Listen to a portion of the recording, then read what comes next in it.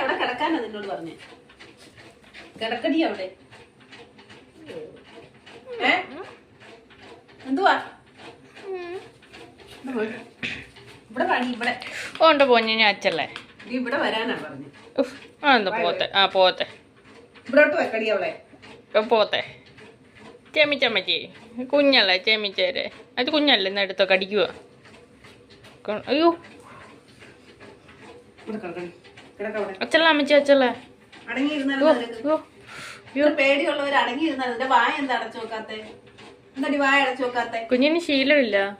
വായ അടച്ചു വെച്ചോ? ആ അയ്യോ ഓ ഓ അടിക്കല്ലേ അടിക്കല്ലെന്ന് എങ്ങനെ ഇഷ പറയുന്നേ? ഇഷ